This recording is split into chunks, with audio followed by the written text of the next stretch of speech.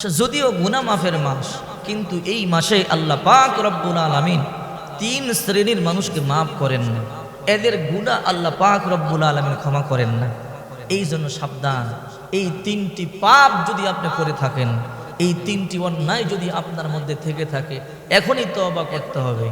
একবার বিশ্বনবী মুহাম্মদুর রাসূলুল্লাহ সাল্লাল্লাহু আলাইহি ওয়াসাল্লাম রমজান মাসে খুতবা দেওয়ার জন্য মিম্বরে আরোহণ করতেছেন। যখন মিম্বারের প্রথম সিঁড়িতে পা দিলেন, রহমাতুল লিল আলামিন বললেন আমিন। দ্বিতীয় সিঁড়িতে পা দেওয়ার পরে রহমাতুল লিল আলামিন বললেন আমিন। তৃতীয় সিঁড়িতে পা দিয়ে বললেন আমিন। সাহাবায়ে কেরাম আশ্চর্য হয়ে গেল। আল্লাহর হাবিব মুহাম্মদুর রাসূলুল্লাহ সাল্লাল্লাহু আলাইহি ওয়াসাল্লাম কখনো এমনটি করেন না। আল্লাহর হাবিব যখন মিম্বারে খুতবা দেওয়ার জন্য ওঠেন, কোনো কথা বলেন না। আল্লাহর হাবিব আজকে যেমন করেছেন কখনো এমন দেখি নাই। রাসূল করিম সাল্লাল্লাহু আলাইহি ওয়াসাল্লাম প্রথম সিঁড়িতে পা দিয়ে বললেন আমিন, দ্বিতীয় সিঁড়িতে পা দিয়ে বললেন আমিন, তৃতীয় সিঁড়িতে পা দিয়ে বললেন আমিন। এই ঘটনা কি? সাহাবায়ে কেরাম জিজ্ঞাসাও করতে পারে না, সাহসও পায় না। আল্লাহর হাবিব সাল্লাল্লাহু আলাইহি ওয়াসাল্লাম খুতবা দেওয়া শেষ করলেন। খুতবা দেওয়ার শেষ করে যখন আল্লাহর হাবিব বসলেন, সাহাবায়ে কেরাম বিশ্বনবী মুহাম্মদুর রাসূলুল্লাহ সাল্লাল্লাহু আলাইহি ওয়াসাল্লামের কাছে গেলেন। নবী গো, আপনারে আমরা কয়টা প্রশ্ন করতে চাই।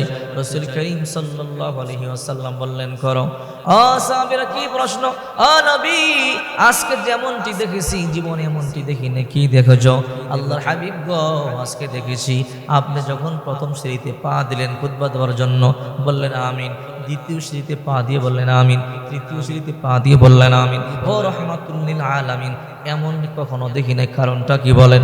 আল্লাহর হাবিব তখন বলল, সাহাবীরা শোনো, আজকে যখন আমি খুতবা দেওয়ার জন্য প্রথম সিঁড়িতে পা দিলাম, জিবরাইল আগমন করলো।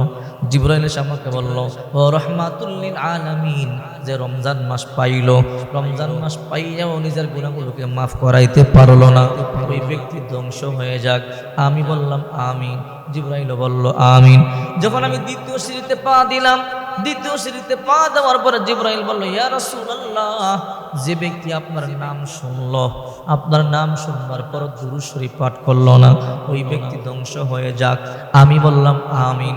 আমি যখন তৃতীয় সিঁড়িতে পা দিলাম, জিবরাইল বলল, ইয়া রাসূলুল্লাহ, যে ব্যক্তি মা বাবা পাইল, অথবা দুইজন বা একজনকে পাইল, পাওয়ার পরও এদেরকে খুশি করে জান্নাত কামাই করতে পারলো না, ধ্বংস হয়ে যাক।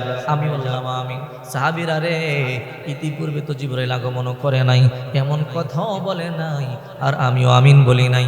আজকে এসে বলেছে, এই জন্য আমিও বলেছি আমিন। চিন্তা করছেন, রমজান মাস পাইল, পাওয়ার পরও নিজের গুনাহগুলোকে মাফ করাইতে পারলো না, ওই ব্যক্তি ধ্বংস হয়ে যাক। রাসূল বললেন আমিন। এরপরে রাসূল আপনার নাম শুনেছে রহমাতুল লিল আলামিন, যেদিন কিয়ামতের ময়দানে সুপারিশ করবে, যে নবী সৃষ্টি না হলে জগৎ সৃষ্টি হইতো না, ওই রহমাতুল লিল আলামিনের নাম শুনবার পরও যে বখিলামি করলো, দুরূদ পড়লো না, সে ধ্বংস হয়ে যাক।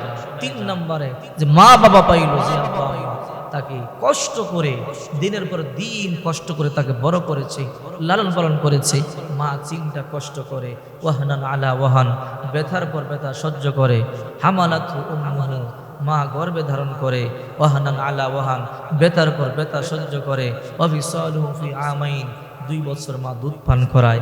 এই যে 3টা কষ্ট, 10 মাস 10 দিন গর্ভে ধারণের কষ্ট, প্রসবের ব্যথার কষ্ট, দুধ পান করাইবার কষ্ট, এই কষ্ট মা ছাড়া দুনিয়ার আর কেউ বহন করে না। অথচ ওই আব্বা আম্মারে তুমি খবর নিলা না, ওই আব্বা আম্মারে খাবার দিলা না, ওই আব্বা আম্মারে সন্তুষ্ট করলা না। রাসূল করিম সাল্লাল্লাহু আলাইহি সাল্লাম বলেন, ওই ব্যক্তি ধ্বংস হয়ে যাক। এই জন্যে জিবরাইল বলল ধ্বংস হয়ে যাক, রাসূল বলল আমিন।